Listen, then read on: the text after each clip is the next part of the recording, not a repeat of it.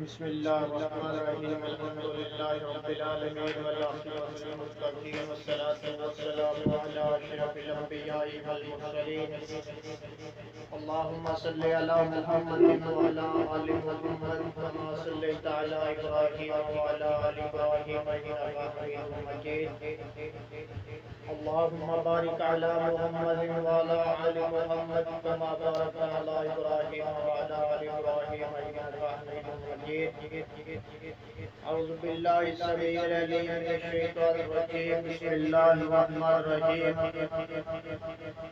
قل من رب السماوات والأرض قل الله اللہ رب العالمین کہ رب ہمیں پر اس کی ربوبیت کے ایمان لے آنا اور مسلمان کا اولین فریضہ ہے۔ عقائد میں سب سے پہلے مالک کائنات پر ایمان لے آنا، پھر اس کی ربوبیت پہ، اس کے رب ہونے پہ ایمان لے آنا، یہ عقائد میں سب سے پہلے نمبر پہ ہے۔ الرب اللہ رب العالمین کا صفاتی نام ہے۔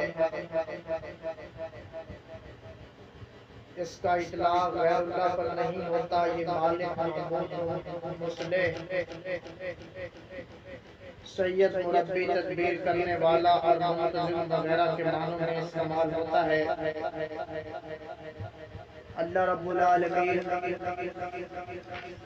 مالک ہے، رب ہے، جو ہر مومن اس بات پر کامل ایمان رکھتا ہے کہ اس کائنات کی ہر چیز کا رب، پالنے والا اللہ ہی ہے، اس کا کوئی شریک نہیں۔ یہ بات اولاً اللہ رب العالمین نے ہماری فطرت سلیمہ میں رکھی ہے۔ ثانیاً عقلی اور عقلی دلائل کا تقاضا بھی یہی ہے۔ اللہ رب العالمین نے اپنی ربوبیت کی خبر قرآن پاک میں دی ہے۔ اللہ فرماتے ہیں الحمدللہ رب العالمین، سب تعریفیں اللہ ہی کے لیے ہیں جو سارے جہانوں کا رب ہے۔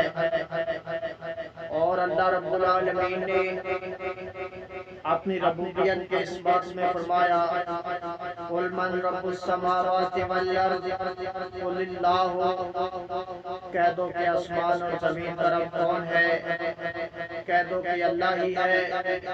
اور اپنے رب اور مبعوث حقیقی ہونے کا یوں اظہار کیا رب السماوات والارض وما بینہما ان کنتم موقنین لا الہ الا ہوا یحیی و یمیت ربکم و رب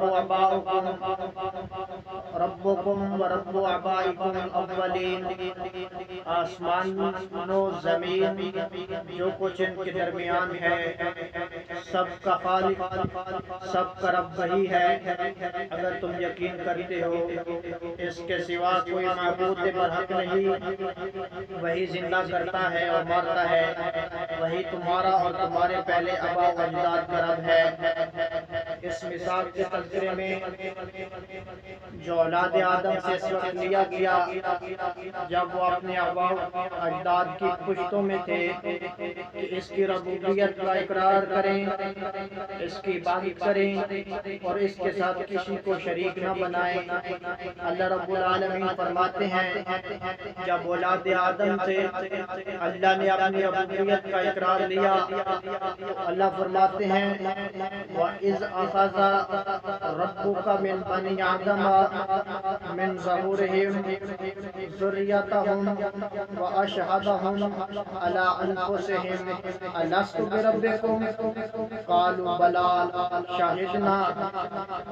جب تیرے آدم نے اپنی آدم کی پیٹھوں سے ان کی اولاد نکالی اور انہیں ان کے اوپر گواہ بنایا کیا میں تمہارا رب ہوں؟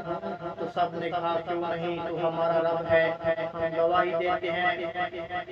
مشرکین پر اللہ رب العالمین نے حجت قائم کرتے ہوئے فرمایا قل من رب السماوات، سبع ورب عرش عظیم سیقولون للہ قل افلا تتقون۔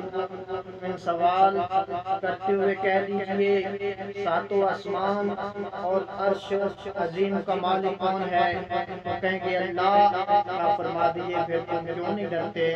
انبیاء مرسلین نے بھی رب کائنات کی ربوبیت کی شہادت دی ہے، اس کا اقرار کیا ہے اور عام لوگوں کو یہ پیغام پہنچایا ہے۔ چنانچہ سیدنا آدم علیہ السلام اپنی دعا میں کہتے ہیں ربنا ظلمنا انفسنا وان لم تغفر لنا وترحمنا لنکونن من الخاسرین۔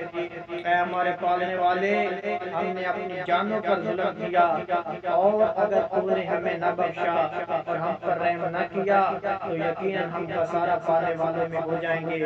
سیدنا نوح علیہ السلام اللہ رب العالمین کی ربوبیت کے بارے میں فرماتے ہیں، فریاد کرتے ہیں رب سے، رب انہم عصونی واتبعوا من لم یزدہ مالہ وولدہ الا خسارا۔ اے میرے رب، بے شک انہوں نے میری نافرمانی کی ہے اور ان بڑوں اور مالداروں کی پیروی کی ہے جنہیں ان کے مال و اولاد نے نقصان ہی پہنچایا ہے۔ سیدنا نوح علیہ السلام ایک اور دعا کرتے ہیں، رب انی قومی کذبونی فافتح بینی و بینہم فتحا ونجنی ومن معی من المؤمنین۔ اے میرے رب، بے شک میری قوم نے میری تکذیب کر دی ہے، پس میرے اور ان کے درمیان فیصلہ کر دے اور مجھے اور میرے مومن ساتھیوں کو نجات دے۔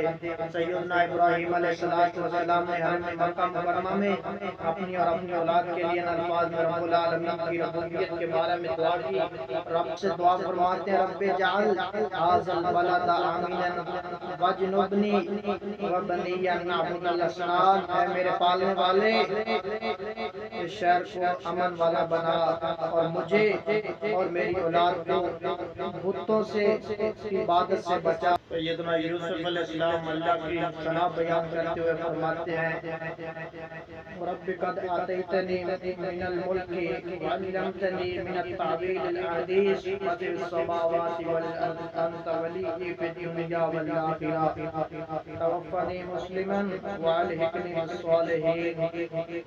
اے میرے پالنہار، یقیناً تو نے مجھے سلطنت عطا کی اور مجھے خوابوں کی تعبیر سکھائی۔